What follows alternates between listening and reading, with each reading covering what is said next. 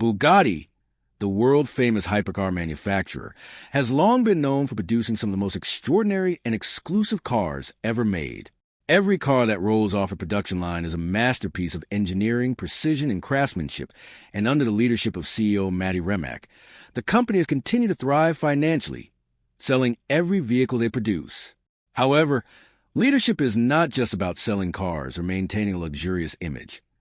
It is also about understanding the limitations of your policies, the impact of your decisions, and the credibility of your statements.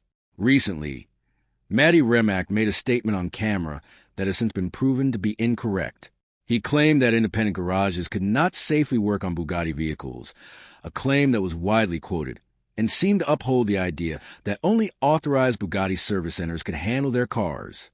While this statement might have been meant to protect the brand and its high-value products, it overlooked a key reality.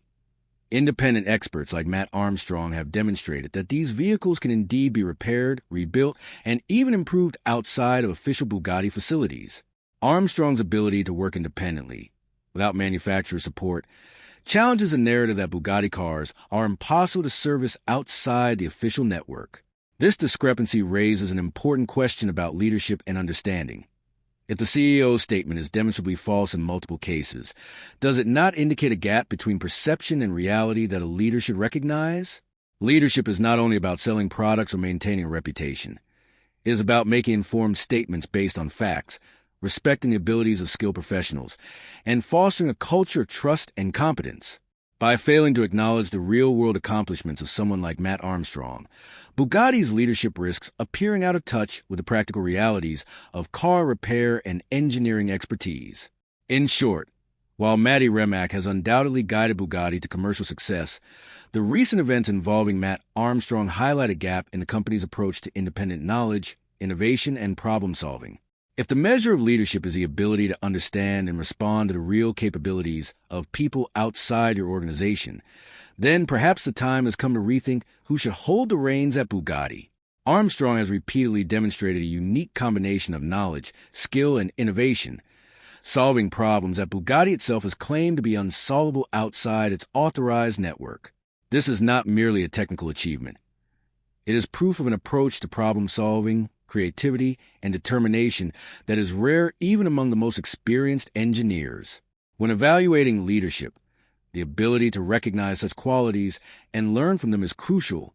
Bugatti might produce extraordinary cars, but to lead an organization into the future requires acknowledging the people who are expanding the boundaries of what is possible.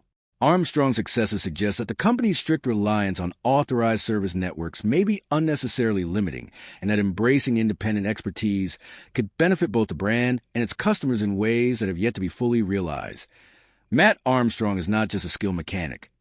He is a problem solver, a researcher, and a pioneer in the independent hypercar repair world. His first high-profile achievement that challenged Bugatti's claims involved rebuilding a crashed Chiron in a regular garage in Miami. This was no ordinary repair job.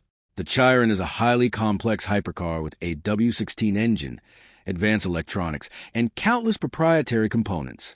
Officially, Bugatti had stated that such a repair could not be safely completed outside of their facilities, and the CEO's on-camera statements reinforced this belief. Yet Armstrong took on the challenge without any direct support or cooperation from Bugatti. From the moment he received the car, he relied entirely on his knowledge, intuition, and creativity. The first crank of the engine was successful, proving that he could not only diagnose the issues but also understand the system well enough to restore it to working order. Armstrong's approach was methodical and grounded in understanding the vehicle's systems. Where official procedures and manuals were absent, he relied on logical reasoning, cross-platform knowledge, and even public resources, like videos of previous repairs, to find torque specifications and assembly methods. One of the most remarkable aspects of this rebuild was Armstrong's ability to innovate solutions that even the factory had not produced. For instance, he addressed structural problems with a cracked gearbox mounting bracket by carefully analyzing the aluminum casting, understanding the limitations of factory production, and creating infills to strengthen the bracket. This was not merely a repair. It was an improvement on the original design, something Bugatti's own production constraints had made impossible. By documenting his methods and openly sharing his process, Armstrong provided proof that independent repair is not only possible, but can exceed factory performance. In doing so, he effectively challenged the monopoly of knowledge that Bugatti had assumed was theirs alone. His Chiron rebuild became a landmark case, showing the automotive world that expertise, careful observation, and creative problem-solving can triumph over official restrictions. Beyond technical skill, this achievement demonstrated Armstrong's leadership in his own right. The ability to manage a complex project, make informed decisions under pressure, and achieve results that even the official network could not replicate. For any car manufacturer, witnessing such capability outside their walls should prompt reflection. Armstrong's Chiron rebuild was more than a technical feat. It was a clear statement about what independent experts can accomplish when trusted, supported, or simply left to work without unnecessary constraints. By successfully restoring the Chiron, Armstrong not only disproved the CEO's claim, but also highlighted a critical lesson in leadership. Acknowledging real expertise, wherever it exists, is essential to building credibility and encouraging innovation. Matt Armstrong's work on the Bugatti Veyron further cemented his reputation as a master of independent hypercar repair and diagnostics. Unlike the Chiron, which he worked on for another client, the Veyron was entirely his own project. He bought the car from a repossession company, with no service history, no records, and no guidance from Bugatti. It was essentially a mystery car, a high-performance machine with hidden problems that could have easily cost tens or hundreds of thousands of pounds to diagnose and fix through official channels. When Armstrong began, he was faced with multiple issues: a faulty gearbox, several engine misfires, and a coolant leak. Any one of these problems could have required weeks of careful investigation, consultations with the manufacturer, or expensive parts replacements. What made the challenge even more remarkable was that official Bugatti procedures and support systems were of no help. Unlike a dealership that receives functioning cars with system alerts and step-by-step diagnostic guides, Armstrong had to start from first principles. He relied on his experience, intuition, and the knowledge gained from previous work on other hypercars, including the Lamborghini SVJ. By carefully examining physical evidence and testing individual components, he was able to identify the root causes of the faults. For example, he discovered that the gearbox was not mechanically damaged, but was failing due to insufficient hydraulic pressure. This was a subtle problem that would have likely confused even trained technicians who rely on the car's onboard diagnostics. Armstrong traced the issue to a simple fuse in the electrical system, a small but critical component that had been repeatedly replaced incorrectly in the past. By restoring the correct fuse rating, he immediately brought the gearbox back into proper operation. Next, he addressed the engine misfires. Instead of guessing or replacing expensive components, Armstrong analyzed the airflow system, secondary air pumps, and catalytic converters. He tested the pumps directly, identifying a faulty relay that prevented proper operation. This precise diagnosis corrected multiple misfires in a way that relied not on manuals or software, but on understanding the fundamental principles of engine operation. Finally, the coolant leak posed another test. Armstrong intuitively knew where the secondary reservoir was located because of his prior work on the Chiron. This demonstrated not only technical skill but pattern recognition and transferable knowledge across different platforms. Each problem, each fix, was accomplished without any support from Bugatti, using only as tools observations and logical reasoning. What is most impressive is that Armstrong achieved all of this in a single afternoon, whereas a dealership or official service center would have taken weeks. Waiting for authorization, parts, and technical documentation, Armstrong diagnosed and corrected the faults immediately. The Veyron project illustrates a critical distinction between following a manual and truly understanding a machine. Bugatti dealers are trained to follow procedures, which works well for cars that arrive in perfect condition. Armstrong, on the other hand, demonstrates the ability to solve problems outside the system, to think creatively, and to improve components when necessary. For instance, his knowledge allowed him to identify and remedy repeated mistakes made by previous owners and technicians, something that a standard dealership would have struggled to address. The Veyron repair proves beyond doubt that Armstrong possesses a deep and practical qualification: the ability to fix hypercars when they break under real-world conditions without relying on manufacturer guidance. Unlike procedural knowledge, this kind of expertise is rare, transferable, and highly valuable. By successfully diagnosing and repairing his own Veyron, Armstrong not only challenged Bugatti's claim that independent garages cannot service their cars, but also provided a clear example of the kind of leadership and hands-on intelligence that could transform a company. In every sense, the Veyron project confirmed what the Chiron rebuild had suggested. Armstrong's skills exceed those of technicians trained only to follow official instructions. His work demonstrates creativity, problem-solving, and deep understanding, qualities that any CEO would need to lead a company like Bugatti into a future where innovation and independent knowledge are increasingly important. One of the most striking examples of Matt Armstrong's ingenuity is his work on a cracked gearbox mounting bracket during the Chiron rebuild. While most mechanics focus on restoring components to their original condition, Armstrong demonstrated that true expertise involves understanding why a part fails and how it can be improved. The bracket in question was made of a 7i7 aluminum, a high-strength alloy used in W16 engines. Its design and production process left unavoidable casting voids, small gaps in the metal that occur naturally as aluminum cools during manufacturing. These voids are considered acceptable by factory standards because they do not compromise performance in normal circumstances. However, under the unusual stress of a crashed Chiron, the bracket had failed.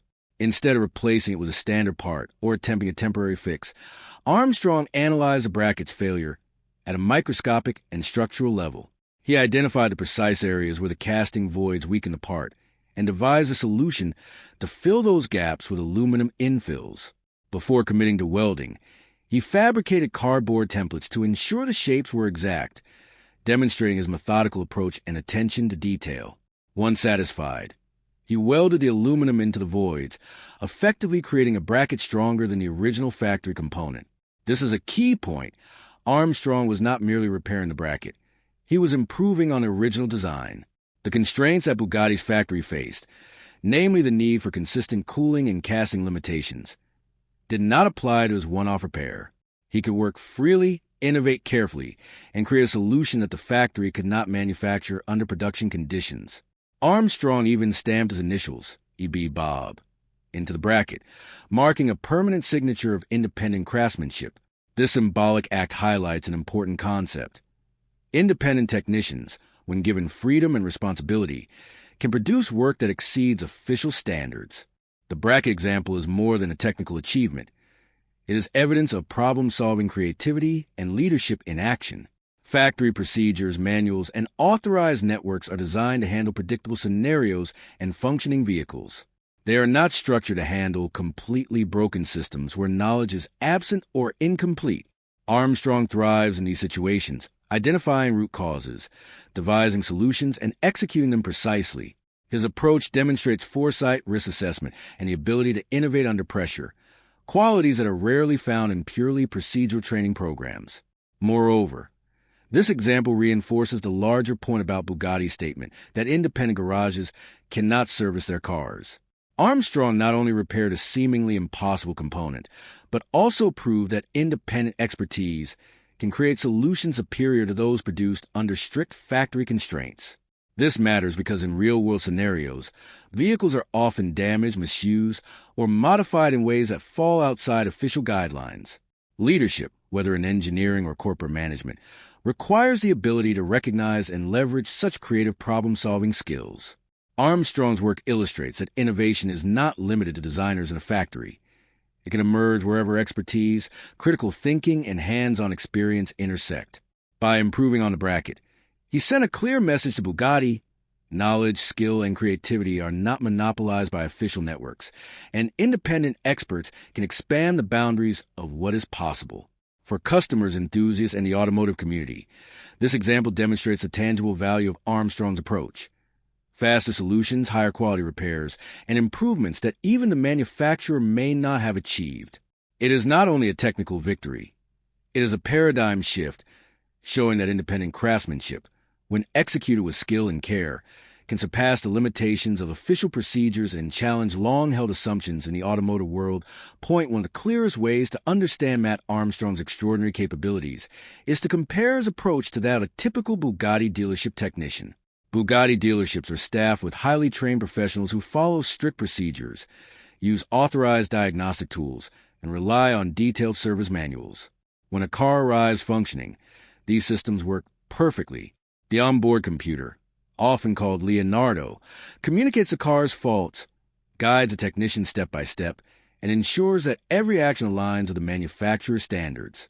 In normal circumstances, this approach is effective and safe, guaranteeing that the car leaves the dealership fully operational. However, the system's strength is also its limitation. It is designed for predictable scenarios, where faults are already recognized and solutions are documented. When a car arrives damaged, with missing documentation, or with a problem that the manuals do not anticipate, the dealership model struggles. They may need to contact Bugatti Engineering, wait for authorization, or request special parts, delaying the repair and significantly increasing the cost. In contrast, Matt Armstrong operates without these constraints. When faced with a crashed Chiron or a repossessed Veyron, he does not rely on pre-existing instructions. Instead, he starts from first principles, observing the car, testing systems, and reasoning through each failure. He identifies patterns across different platforms, such as the similarities in the turbocharger cooling circuits of the Chiron and Veyron, and applies knowledge gained from one vehicle to another. This ability to transfer knowledge and recognize underlying principles allows him to solve problems that official procedures cannot address. For example, in the Veyron, he diagnosed a gearbox failure caused by insufficient hydraulic pressure, a subtle issue that would likely confuse a technician following the manual. By checking the mechanical neutral cable and spinning the wheels, he quickly confirmed that the problem was not inside the gearbox itself, but in the upstream electrical system. Similarly, he traced engine misfires to a faulty relay controlling secondary air pumps, identifying the issue without any guidance. These are not minor accomplishments.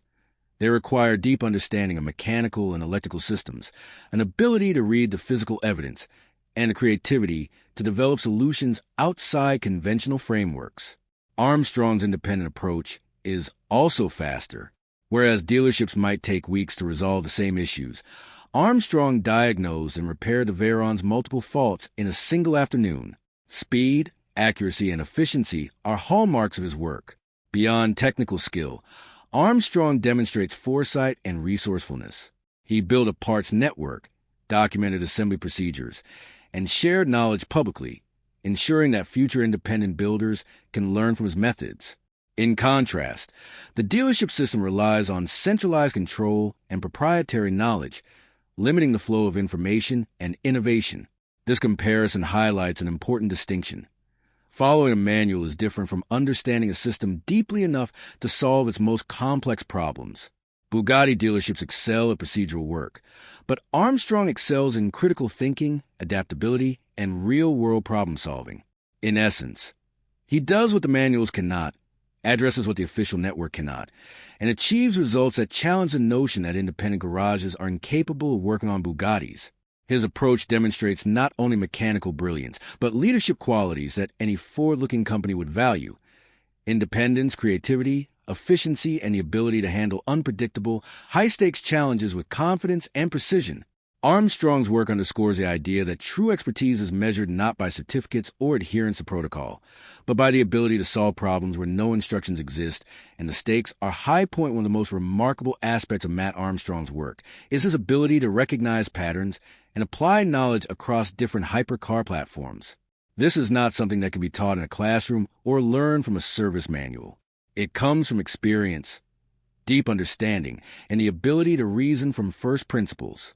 Armstrong's work on the Chiron provided him with insights that proved invaluable when he tackled the Veyron. For instance, both cars, despite being separated by more than a decade in design and engineering, share fundamental principles in cooling, engine management, and hydraulic systems. When diagnosing the Veyron's coolant leak, Armstrong immediately knew where to look for the secondary reservoir, not because a manual told him, but because he understood the functional logic behind the car's design. This kind of transferable knowledge is rare. Most dealership technicians rely on official procedures and alerts. They learn one model at a time, and when a car falls outside those parameters, they must wait for guidance or risk making a costly mistake. Armstrong, however, sees beyond the specifics of a single vehicle. He understands systems and components at a level that allows him to predict behavior, locate hidden faults, and solve problems before they escalate. His diagnostic method involves careful observation, testing, and reasoning. For example, when a gearbox pump on the Veyron cycled on and off without building pressure, he traced the problem through electrical supply rather than assuming a mechanical failure. He understood that the hydraulic system's behavior was linked to upstream electrical components, and this insight came from experience with similar systems on other cars, including the Lamborghini SVJ. In addition to pattern recognition, Armstrong demonstrates the ability to cross-reference technical principles. He understands the relationship between engine management, airflow, and emissions, allowing him to diagnose misfires and secondary air pump issues accurately. This is not guesswork. It is systematic reasoning combined with a deep technical foundation. Another aspect of his expertise is recognizing human errors and previous repair attempts. On the Veyron, he identified a melted fuse that had been repeatedly replaced with a higher-rated one, a common but incorrect approach to recurring electrical problems. Armstrong's forensic diagnosis revealed the real underlying issue. The pump was drawing more current than intended, likely due to a developing short.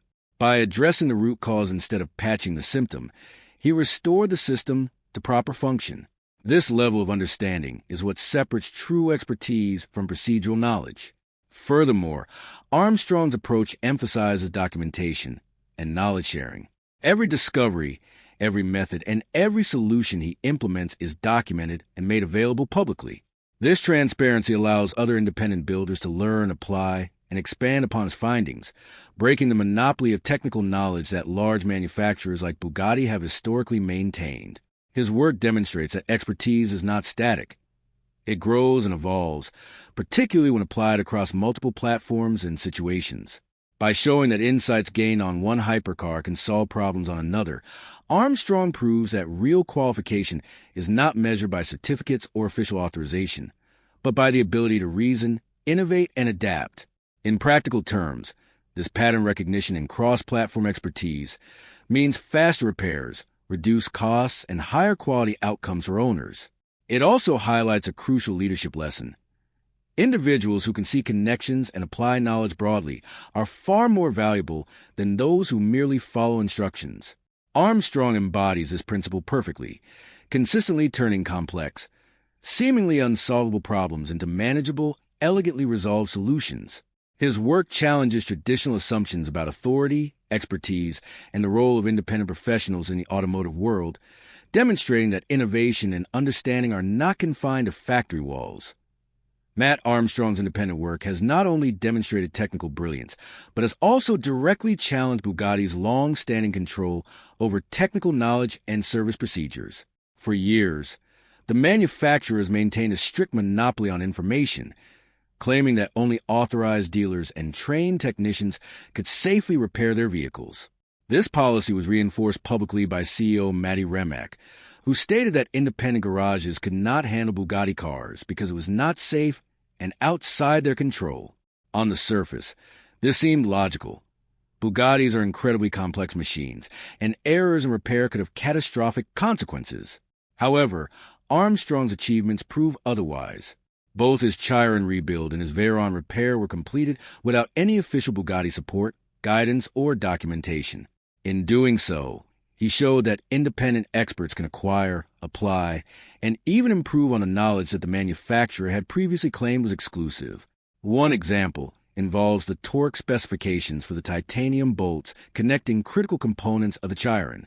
Bugatti withheld all official documentation, leaving no authorized source for this information.